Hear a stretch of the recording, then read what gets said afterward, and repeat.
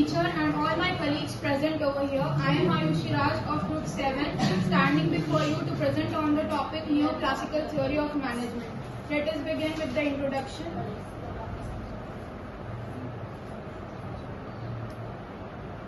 These are the topics we are going to cover.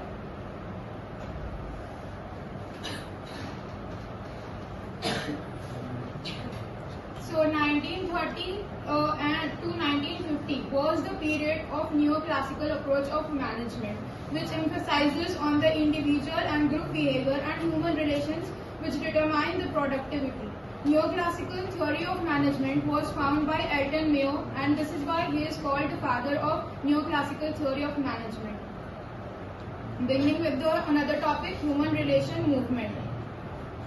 Human relation movement is basically about which says economic incentives are less important than generally believed in influencing workers to achieve high level of output. As we know that neoclassical theory of management emphasizes more on employee behavior, and it studies the psychological reactions of an employee. It emphasizes more on employees' welfare.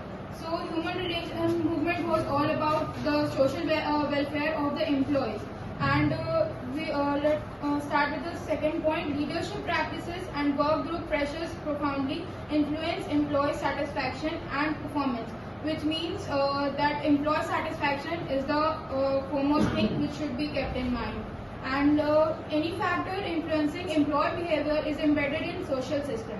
What is the meaning of human relations? Human relations are the study of the ways in which people relate to each other in group situations, especially work, and how communication skills and sensitivity to other people's feelings can be improved.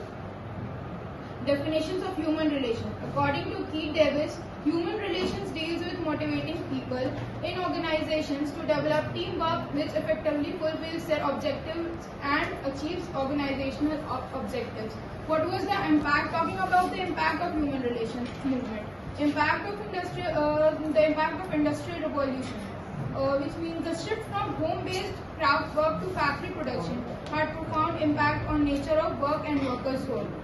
Little understanding of employee needs and relation to production. Increased output, but process still lacking efficiency and uniformity until as we know that human relation movement was for the welfare of the employees. This increased the productivity and uniformity between the employees. And summing up is human relations movement argued that workers respond primarily to the social context of the workplace. Moving to the next slide, Hawthorne experiment. Hawthorne experiment was conducted between 1927 and 1932 at Hawthorne plant of Western Electric Company near Chicago. Initial objective was to examine the fatigue on workers, and later extended to evaluate the psychological reactions of workers on the job. These studies were conducted to determine if the workers can work more precisely when given better facilities and working environment. Following are the experiments which were performed under the Hawthorne experiment. The first one was illumination experiments. That means the changing of the employees, relay assembly test groups, interviewing programs, and bank wiring observations room experiment.